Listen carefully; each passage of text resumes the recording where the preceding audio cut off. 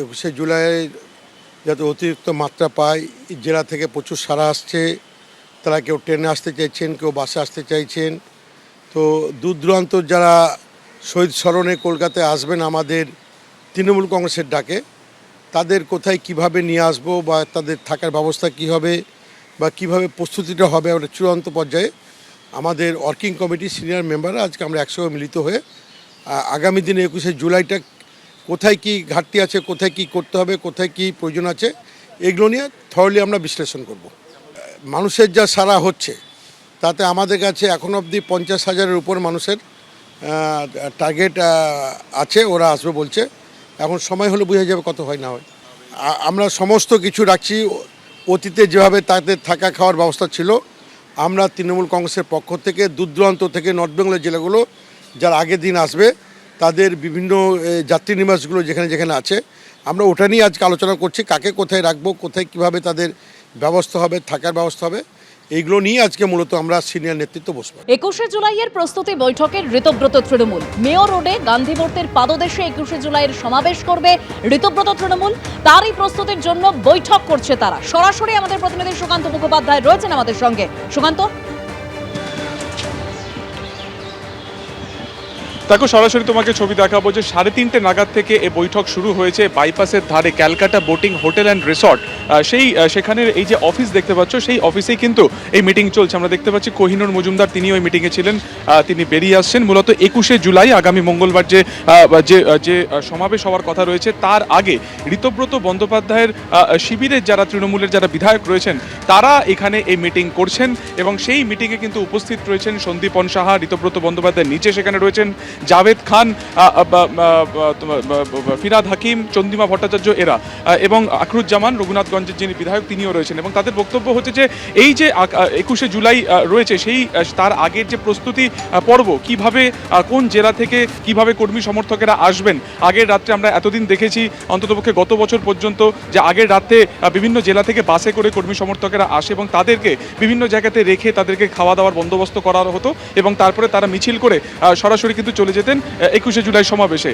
এবারে উদ্ভূত পরিস্থিতিতে দাঁড়িয়ে এই কিভাবে এই কর্মী সমর্থকদের আনা হবে, কোথায় তাদেরকে রাখা হবে এবং কোথায় তাদের থাকা খাওয়ার বন্দোবস্তের পরে সেখান থেকে তারা চলে যাবেন 21শে জুলাইয়ের দিনকে 12টার সময় মূল যে সভামঞ্চ সেখানে। তো সেই যে প্রস্তুতি পর্ব, সেই প্রস্তুতি পর্ব কিন্তু এই মুহূর্তে সেটা নিয়ে মিটিং চলছে। ওয়ার্কিং কমিটির যারা মেম্বাররা রয়েছেন তারা রয়েছেন এবং এই ওয়ার্কিং কমিটির যিনি চেয়ারম্যান অরূপ রায় তিনি রয়েছেন এবং তাদের উপস্থিতিতেই কিন্তু এই যে মিটিংয়ের যে শেষ মুহূর্তে যে প্রস্তুতি কিভাবে হবে সবটাই কিন্তু এই মুহূর্তে ঠিক হচ্ছে।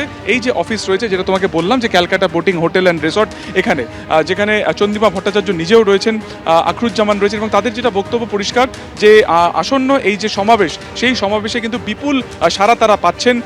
যারা কর্মী সমর্থকেরা রয়েছেন তারা কিন্তু মুখিয়ে রয়েছেন এবং তারা এটাও বলছেন যে তারা এই যে নির্বাচন গেল, সেই নির্বাচনে এই যে হার তারা হেরে গিয়েছেন, সেখান থেকে দাঁড়িয়ে পরবর্তী সময় তারা মুখিয়ে রয়েছেন যে কিভাবে দলীয় নেতৃত্বের তরফে এই বার্তা তাদের কাছে যাবে, যেখান থেকে তারা চাঙ্গা হতে পারবেন বা তারা তাদের নিজের বিধানসভা এলাকাতে বা নিজের এলাকাতে গিয়ে কাজ করবেন। এই সব বার্তাই কিন্তু দেওয়া হবে 21শে জুলাই মঞ্চ থেকে। এবং প্রশ্ন করা হয়েছিল সন্দীপন সাহাকে যে মমতা বন্দ্যোপাধ্যায়কে তারা জানাচ্ছেন কিনা, আমন্ত্রণ জানাচ্ছেন কিনা, এ বিষয়ে কিন্তু তিনি কোনো কিছু বলতে চাননি। তার বক্তব্য পরিষ্কার যে তৃণমূল কংগ্রেস একটাই এবং সর্বদিক থেকে সেটা কিন্তু স্বীকৃত এবং এই যে মিটিং তারা করতে চলেছেন সেই মিটিংয়ে কিন্তু প্রত্যেকে সেখানে আসবেন।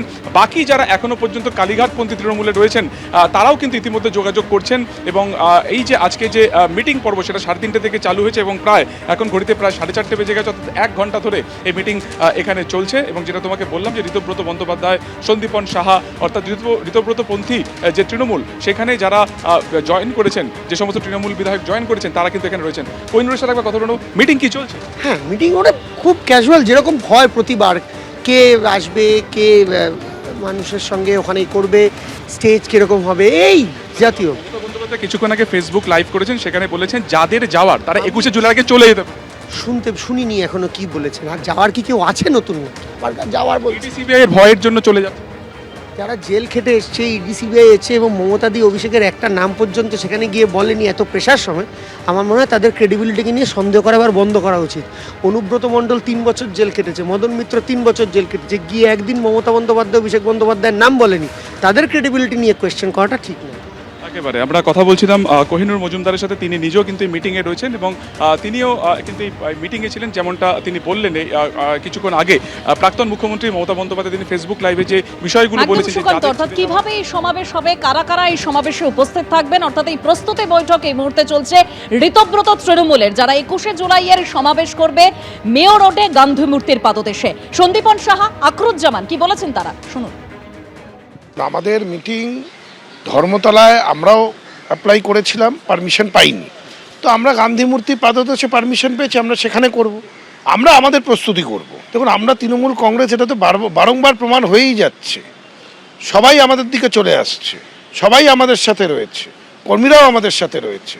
তো 21শে জুলাই দেখতে পারবেন কীরকম ভিড় হচ্ছে। 21শে জুলাই যাতে অতিরিক্ত মাত্রা পায়, জেলা থেকে প্রচুর সারা আসছে। তারা কেউ ট্রেনে আসতে চাইছেন, কেউ বাসে আসতে চাইছেন। তো দূর দূরান্ত যারা শহীদ স্মরণে কলকাতায় আসবেন আমাদের তৃণমূল কংগ্রেসের ডাকে, তাদের কোথায় কিভাবে নিয়ে আসবো বা তাদের থাকার ব্যবস্থা কী হবে বা কিভাবে প্রস্তুতিটা হবে, আমরা চূড়ান্ত পর্যায়ে আমাদের ওয়ার্কিং কমিটি সিনিয়র মেম্বাররা আজকে আমরা একসঙ্গে মিলিত হয়ে আগামী দিনে 21শে জুলাইটা কোথায় কি ঘাটতি আছে, কোথায় কি করতে হবে, কোথায় কি প্রয়োজন আছে, এগুলো নিয়ে থরলি আমরা বিশ্লেষণ করব। মানুষের যা সারা হচ্ছে তাতে আমাদের কাছে এখনো অবধি 50,000-এর উপর মানুষের টার্গেট আছে, ওরা আসবে বলছে। এখন সময় হলে বোঝা যাবে কত হয় না হয়। আমরা সমস্ত কিছু রাখছি, অতীতে যেভাবে তাদের থাকা খাওয়ার ব্যবস্থা ছিল, আমরা তৃণমূল কংগ্রেসের পক্ষ থেকে দূর দূরান্ত থেকে নর্থ বেঙ্গলের জেলাগুলো যারা আগের দিন আসবে তাদের বিভিন্ন যাত্রী নিবাসগুলো যেখানে যেখানে আছে, আমরা ওটা নিয়ে আজকে আলোচনা করছি, কাকে কোথায় রাখবো, কোথায় কিভাবে তাদের ব্যবস্থা হবে, থাকার ব্যবস্থা হবে, এইগুলো নিয়ে আজকে মূলত আমরা সিনিয়র নেতৃত্ব বসবো। এবিপি আনন্দ, এগিয়ে থাকে, এগিয়ে রাখে।